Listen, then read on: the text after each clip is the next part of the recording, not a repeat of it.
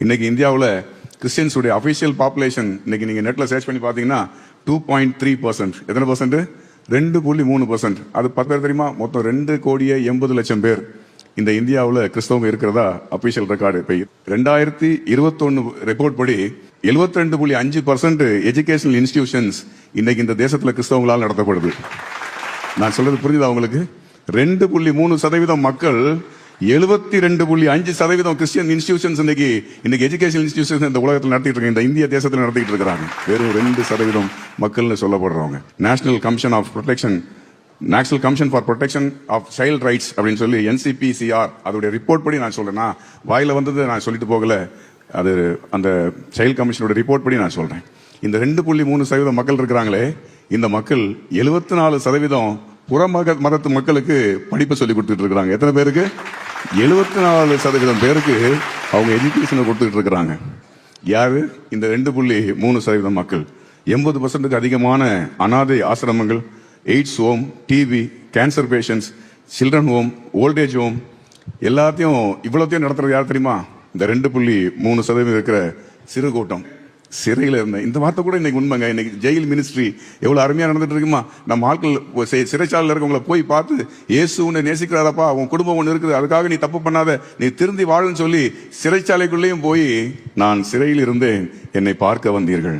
Stains பத்தி இன்னைக்கு அந்த டிஸ்ட்ரிக்ட் கலெக்டர் ஒரு இன்டர்வியூ கொடுத்து அது ரொம்ப வைரலா போயிட்டு இருக்கு. முடிஞ்சா நீங்க எல்லாம் பாருங்க. கிரகாம் ஸ்டெயின்ஸ் 2 குழந்தைங்க, தகப்பன் அப்படியே காருக்குள்ள போட்டு அந்த காரை விட்டு வெளியே வர விடாம அடிச்சு அந்த காரை நொறுக்கி தீ வச்சு கொளுத்தி அவங்க திறந்துட்டு வந்துடக்கூடாதுங்கிறக்காக சுத்தி நின்று அடிச்சுக்கிட்டே இருந்தாங்க. அவங்க அப்படியே 3 பேரும் கறிக்கட்டையா இறந்து செத்து போயிட்டாங்க. அதை ராத்திரி முழுசும் பார்த்த தாய், மனைவி, அடுத்த நாள் காலையில பரியெல்லாம் முடிச்சுட்டு அந்த அடக்காரெல்லாம் முடிச்சுட்டு அந்த அம்மா வந்து சொல்றாங்க, நான் அவங்கள மன்னிச்சிட்டேன், அவங்க இனிமே நல்லா வாழட்டும் அப்படின்னு சொல்லி சொல்றாங்க. என்னது? நான் மன்னிச்சிட்டேன், பெத்த 2 பிள்ளை கறிக்கட்டையா போச்சுங்க, கட்டின புருஷனும் கறிக்கட்டையா போய் அடையாளம் தெரியலங்கிறார் அந்த கலெக்டர். அந்த பெரிய உடம்புக்கும் சின்ன உடம்புக்கும் ஒரே வித்தியாசம், அது பெருசா இருந்துச்சு, சின்னதா இருந்துச்சு, கறிக்கட்டை, அவ்வளவுதான் வித்தியாசம். எந்த பிள்ளை எதுவும் தெரியாது. அப்படி அடையாளம் தெரியாம கொடூரமா எரிச்சு கொண்ட பிறகு கூட அந்த அம்மா சொன்ன வார்த்தை, நான் மன்னிச்சிட்டேன், அவங்க நல்லா வாழட்டும். இயேசுவின் அன்பு இன்னைக்கு இந்த உலகத்தை மன்னிக்குது, தப்பு செய்யறவனை மன்னிக்குது, பாவம் செய்யறவனை மன்னிக்குது, துரோகம் செய்யறவனையும் மன்னிக்குது. பிதாவே இவர்களுக்கு மன்னியும். நான் ஒன்னே ஒன்று இன்னைக்கு இந்த ஜாய் டு தி வேர்ல்ட்ல சொல்லணும் அப்படின்னு சொல்லி ஆசைப்பட்டேன்னா, கிறிஸ்தவங்களை ஃப்ரீயா விட்டுருங்க. அவங்களுக்கு நல்லது செய்ய மட்டும்தான் தெரியும். அவங்களுக்கு நல்லது செய்ய, நான் கிறிஸ்தவங்களை பத்தி மாத்திரம் தான் சொல்றேன், அவங்களுக்கு நல்லது செய்ய மாத்திரம் தான் தெரியும். அவங்களை ஃப்ரீயா விட்டுருங்க. 75%, 80% சாதாரண விஷயம் இல்லைங்க, சாதாரண விஷயம் இல்லை. இவ்வளவு பெரிய சாதனைக்கு சொந்தக்காரங்க ஒரு சின்ன கூட்டம் இந்த தேசத்துல தன் தோல் மேல பொறுப்பை தூக்கி போட்டுக்கிட்டு இன்னைக்கு பண்ணிட்டு இருக்கு. தயவுசெய்து அவங்களை ஃப்ரீயா விட்டுருங்க.